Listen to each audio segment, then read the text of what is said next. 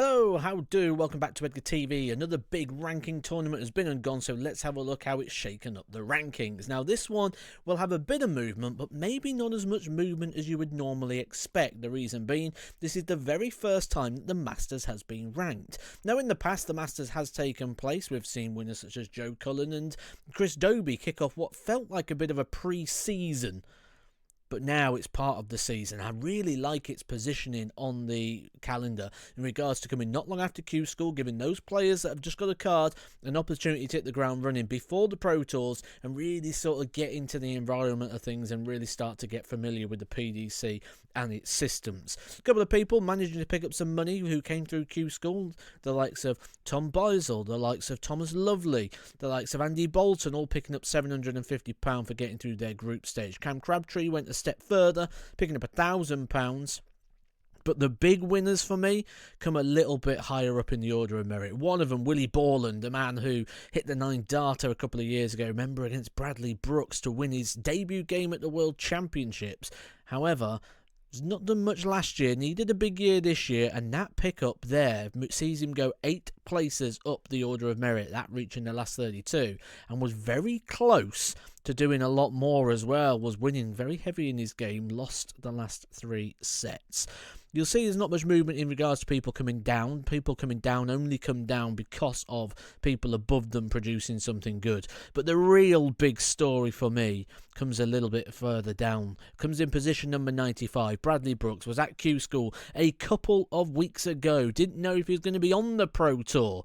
Now all of a sudden, in a TV major, playing Michael Van Gerwen, picking up £5,000. A great start to the year there for Bradley Brooks. William O'Connor picked up one of the biggest upsets of the tournament, beating Rob Cross with a big 1-5-1 finish. Picked him up a good bit of prize money there. Wasn't even in the TV stages to start with. Qualified through, got through to the last 16, and that puts him at 3 places in the rankings, up to number 49, and that recovers the damage, shall we say, what happened to him in regards to the World Championships, where he had an early exit there. Gabriel Clements dropped out the top 32 recently. He's a player who needed something big here in regards to this freebie hit, a free opportunity where you're not defending something after a big loss. And for Scott Williams as well, that could be the similar sort of case because he's defending big at the back end of the year when the World Championships comes around. Cameron Menzies continues to build up prize money up to £188,000 now, not too far off the top 32 when you look at what he's got coming up this year in regards to events where he's defending nothing. Events such as the UK Open where he's not going to be defending much, the World Match Play, the World Grand Prix, opportunities galore for Cameron Menzies this year to try and break into the world's top 32. Now, there isn't a lot of movement actually at the bottom end of the top 32, if in fact any. It mostly comes towards the top 16 and that 16 cut-off, which, as we know now, very important in regards to the European Tour, because that is where your seeds are coming from. That means you start in round 2. That means you don't have to play the Friday. That means that you are likely to get a better draw, certainly with how the seeding is going.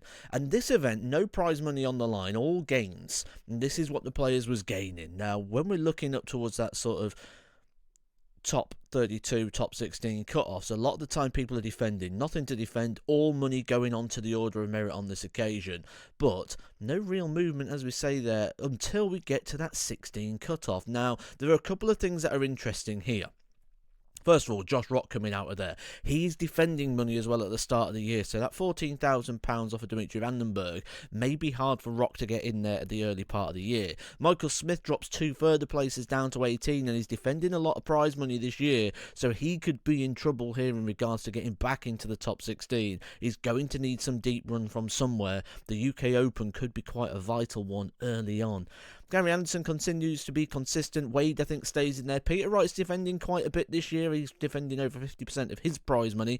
So maybe one of the players that's going to drop out the 16 could be Peter Wright. Certainly if he doesn't rediscover that sort of big form of before. Johnny Clayton, a big winner of this weekend, getting to the final, missing out by a leg on picking up a TV title once again. Up to world number 6, continues to be impressive. Johnny Clayton now aging into the 50s, but no barrier for him. And no movement whatsoever up at the top end. Stephen Bunting gets closer to being in the world's top 4 now, just £3,000 away. Luke Littler Could have closed the gap a little bit more on Luke Humphries, but Humphries picking up the title here is the big story, because he moves closer and closer to that £2 million prize mark. Now, no player's ever reached £2 million, and to be honest, Luke Humphries being £96,000 away, you'd say maybe he's going to be the first player to do it. However, when you look into sort of what he's defending and what he's got to do at the start of this year, I'm not so sure he's going to be the guy to do it, or if he is, he's not going to be the guy to do it very early. The reason I do say that is purely down to the fact that he's defending an awful lot of money on the European tour at the start of the year. You remember a couple of years ago, he's picking up titles, deep runs, lots of money to defend. So if he's going to stay around that place going into the match play, he's going to need to have a very strong start to the European Tour, and being in the Premier League will probably also mean that he's not going to do all the Pro Tours. So there's going to be some Pro Tour money coming off as well. So then we've got to look at the back end of the year, haven't we? Will he get it there? I'm not so sure, because this is where he's now defending his major money. So if you remember, this is the point where Luke picked up the World Championship, picked up some big titles, didn't he, at the back end of the year? So he's £96,000 away, but I don't think he gets there. I don't think Luke Humphries gets there, to be honest with you. I don't think he picks up the £2 million prize money. Hopefully I'm wrong. I'd love to see that, but certainly next year when the prize money increases, maybe, or maybe if the World Championship increases in prize money and Luke goes and wins that, he gets to the £2 million. But under the current circumstances, I predict that he does not get there.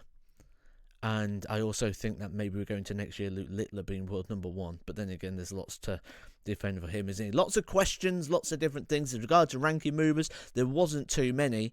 But I think the big winners here are Dimitri Vandenberg going into the top 16. That's going to get him seeded for the European Tour. And of course, Bradley Brooks. TV major, £5,000 in the bank. What a great way to start the campaign from a couple of weeks ago, being at Q School. Hope you've enjoyed this video, guys. If you have, hit the subscribe button. I'm moving to the studio this week, so studio videos are going to be coming your way very soon. Catch you soon on Edgar TV.